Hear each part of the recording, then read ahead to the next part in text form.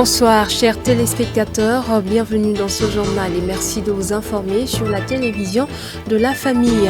Au sommaire de cette session d'information, c'est parti pour la 8e édition de la Semaine nationale de l'information et de l'orientation du 10 au 15 juillet 2023 à Ouagadougou. Et une autre 8e édition. Il s'agit du jeu concours biblique Étoile de David qui a pris fin ce samedi 8 juillet 2023. C'était là le sommaire. Une fois de plus, bonsoir. Ouagadougou abrite du 10 au 15 juillet 2023 la 8e édition de la Semaine nationale de l'information et de l'orientation CIO au profit des nouveaux bacheliers. Le top départ à des activités a été donné ce matin par le ministre en charge de l'enseignement supérieur, Delphine Banissi et Gédéon Tapsoba pour les détails. Initié par la Direction générale du Conseil à l'orientation universitaire et des bourses DGCOB, ex-CIOSPB, cette semaine sera ponctuée par des communications sur les filières d'études et de formation au Burkina Faso comme à l'étranger, les types de bourses et leurs conditions d'accès, la démarche d'inscription en ligne sur le campus Faso et les services sociaux offerts aux étudiants par le CENU et le FONER. Comme vous le savez, agir par ignorance conduit très souvent à des regrets que l'on est obligé de subir malgré soi. Nombreux sont les étudiants qui échouent parce qu'ils ont mal choisi leur filière. Pour éviter ces situations malheureuses, le ministère en charge de l'enseignement supérieur, de la recherche et de l'innovation à travers la DGCOB a mis en place des stratégies et des outils pour vous accompagner au nombre desquels la CIO. La CIO s'impose en effet comme une vitrine idéale d'information et d'aide à l'orientation pour des choix de filières pertinents et conformes à vos aspirations professionnelles. Présentés comme un véritable outil de prise de décision, les nouveaux bacheliers ne se sont pas fait prier pour marquer de leur présence à cette activité. Moi, j'ai eu un bac F électronique, j'ai fait F2. Moi, je suis venue ici, je vais faire l'électronique, informatique et industrielle. Bon, mais pour l'instant, là, on ne sait pas trop. Peut-être que je vais avoir autre chose, autre opportunité qui va se présenter à moi. Mais pour l'instant, c'est ce que j'ai en tête, l'électronique pour faire. Après l'obtention du baccalauréat, quelle étude amorcer? Une question naturelle pour l'élève selon le ministre en charge de l'enseignement supérieur qui indique que la CIO vise à répondre à cette question.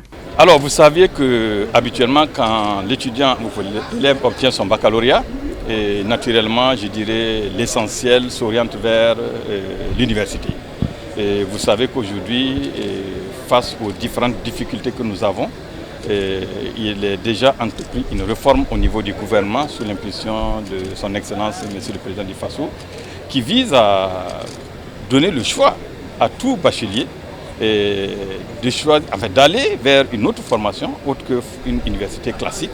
Et donc aujourd'hui, nous sommes en train de créer les conditions pour que certaines filières, par exemple les filières techniques, ne soient pas obligées d'aller faire des filières qui ne sont pas souhaitées et que ces bacheliers puissent s'orienter vers des centres de formation professionnelle, bien sûr avec les conditions que nous allons définir, mais aussi que nous pouvons accompagner avec les différentes œuvres sociales.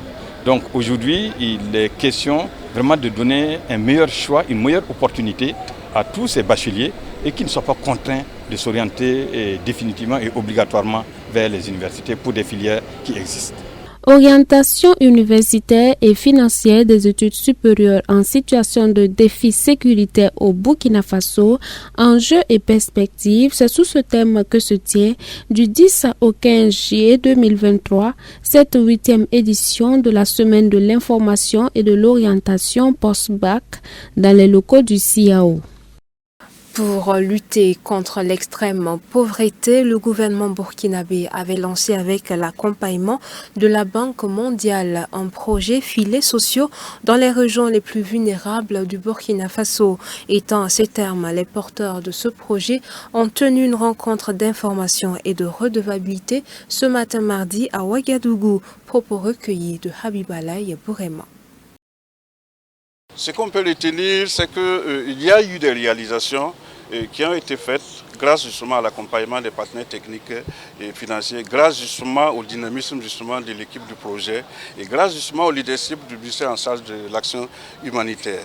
Et ces actions qui ont été menées, et nous avons, en tant que responsables, nous avons l'obligation justement de rendre compte aux populations, de rendre compte aux acteurs qui ont accompagné la mise en œuvre du projet et leur permettre bien sûr d'apprécier ce qui a été fait, tirer justement les leçons et pour pouvoir envisager justement les perspectives, l'avenir justement du projet au grand bonheur des populations vulnérables au niveau de notre pays et principalement au niveau de la région du centre. Je voudrais à cette occasion également rassurer justement le coordinateur du projet et de l'entière disponibilité à accompagner justement ce projet pour que enfin nos populations vulnérables soient vraiment dans une situation de dignité par rapport justement au contexte actuel que nous vivons aujourd'hui.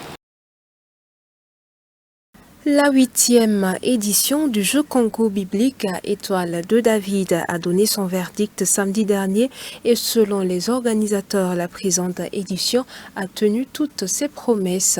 Delphine Banissi, Jonas Tondé. Heureuse lauréate, je dirais, s'appelle Sawadogo Adrienne. Avec une moyenne générale de 20 sur 20, Adrienne Sawadogo, élève en classe de CM1, décroche l'étoile d'or de David édition 2023. J'ai été la première des lauréats. Je suis très contente d'avoir reçu ce prix. Je mémorisais au moins 5 versets. Et puis j'ai connu tous les 5 ans. Selon le promoteur de ce jeu concours biblique, cette édition est une réussite à attribuer au Seigneur qui a permis de relever le défi malgré les embûches. Non, je veux juste rendre gloire à Dieu parce que ça n'a pas été un chemin facile. Et chaque édition avec sa croix. Et par la grâce de Dieu, nous arrivons toujours à relever les défis et nous voulons rendre gloire à Dieu. Présidente de ce 8e acte, la ministre en charge des Affaires étrangères, citant Proverbe chapitre 22, le verset 6, a indiqué qu'il est plus que impératif aujourd'hui de travailler à consolider davantage la connaissance spirituelle et sociale des enfants et ce jeu concours se veut un tremplin pour atteindre cet objectif.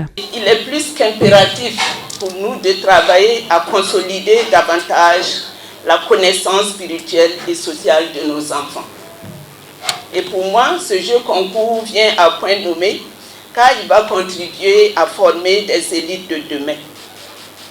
Et à l'endroit des parents que nous sommes, je demande de plus instruire nos enfants à partir de cette parole divine. Et en référence, je voudrais citer Deutéronome 6, versets 6 à 7 qui dit ceci. Et ces commandements que je te donne aujourd'hui seront dans ton cœur.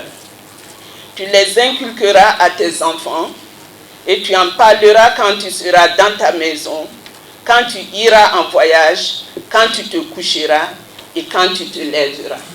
Donc ça veut dire que cette parole de l'Éternel doit être omniprésente dans notre vie. Comme à chaque édition, outre le trophée du grand vainqueur, des prix spéciaux ont été décernés aux 5 premiers de chaque classe. Des fournitures scolaires ont été données à tous les 52 finalistes et des attestations de reconnaissance décernées aux personnalités ayant soutenu la vision. Et selon le promoteur, les prochaines éditions nous réservent encore plus de surprises.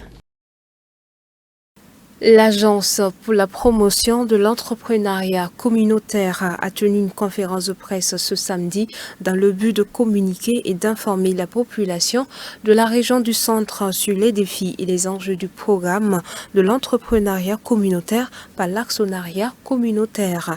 Il ressort de cette conférence que 1000 souscriptions sont enregistrées chaque semaine.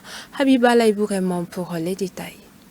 Pour le soir porté sur la région du centre, pour présenter justement le programme de l'entrepreneuriat communautaire pour un développement endogène et inclusif. La région du Centre a organisé le samedi 8 juillet au Palais de Jean-Pierre Guingané une conférence publique sur actionnariat populaire, l'initiative présidentielle lancée le lundi 12 juin dernier à Ouagadougou. Le thème de cette conférence est « Présentation du programme de l'entrepreneuriat communautaire pour un développement endogène et inclusif ». L'objectif, créer un cadre afin que les Burkinabés désireux de se mettre ensemble puissent aller vers l'autonomie et le développement à travers leurs propres moyens. Alors, le programme vise premièrement la création de richesses pour les populations. Comment créer de la richesse? Il faut d'abord s'approprier les secteurs stratégiques de notre économie. L'agriculture, l'élevage, le textile, les mines. Il faut surtout transformer nos matières premières. Parce qu'aujourd'hui, force est de constater que l'essentiel de ce qui est produit est presque bradé et en retour, nous achetons très cher les produits manufacturés importés. Donc il faut rendre la chaîne des importations massives pour que nous puissions donner les opportunités à nos productrices et nos producteurs de matières premières. Créer les conditions pour ne pas brader donc nos matières premières, mais plutôt les transformer sur place et créer un marché intérieur maîtrisé pour la production locale. Celui qui finance, bien évidemment, est propriétaire du bénéfice. Et si aujourd'hui nous nous orientons sur nos propres financements endogènes, ça veut dire que c'est nous-mêmes qui allons être les bénéficiaires donc de la richesse créée. La solution, c'est l'actionnariat populaire. C'est un concept qui est tiré de nos valeurs traditionnelles. Certainement, à d'autres occasions, on pourrait le développer davantage. Permettre aux Burkinabés de financer directement les entreprises et de bénéficier des retombées en termes de retour sur investissement, en termes de création de marchés intérieurs, d'opportunités d'écoulement, en termes de création massive d'emplois directs et indirects, et en termes de souveraineté économique, qui va donc de la sécurité alimentaire jusqu'au financement de nos projets stratégiques. Déjà, il a été décidé de créer 2 nouvelles unités de transformation de tomates et les sites choisis sont à Bobo-Dioulasso et Tenkodogo. Aussi, de nouvelles stratégies d'exploitation minière afin que l'or puisse servir aux Burkinabés eux-mêmes. Également, un programme de création des unités de fourrage et de mise à disposition d'équipements agricoles, de sorte à pouvoir amener l'eau vers les producteurs agricoles sur toute l'étendue du territoire national. Et à présent, dans l'actualité hors de chez nous, la Turquie a donné son accord lundi à l'adhésion de la Suède à l'OTAN, une journée historique qui permet aux alliés de mettre en avant leur unité. La Turquie donne finalement son feu vert à l'adhésion de la Suède à l'OTAN. Le président Erdogan s'y opposait depuis plus d'1 an, estimant que le pays abritait des militants kurdes hostiles à Ankara. L'annonce intervient à la veille d'un sommet de l'OTAN qui se tient à Vilnius, en Lituanie. Le Premier ministre suédois a salué un bon jour pour son pays et un très grand pas franchi vers une adhésion formelle à l'Alliance Atlantique. Le secrétaire général de l'OTAN a officiellement annoncé la décision turque. I'm glad to announce that as a result, President Erdogan has agreed to forward the accession protocol for Sweden to the Grand National Assembly as soon as possible and work closely with the Assembly to ensure ratification.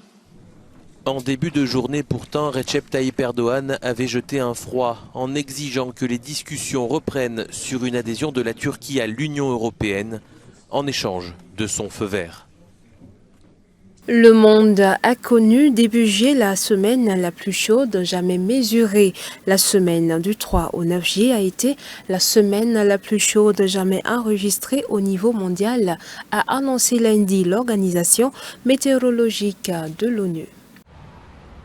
Après un mois de juin record, notre planète vient de connaître sa semaine la plus chaude jamais mesurée selon l'Organisation météorologique mondiale. D'après l'Observatoire européen Copernicus, la journée du jeudi 6 juillet a été la plus chaude jamais mesurée, avec une température moyenne sur Terre de 17,08 degrés.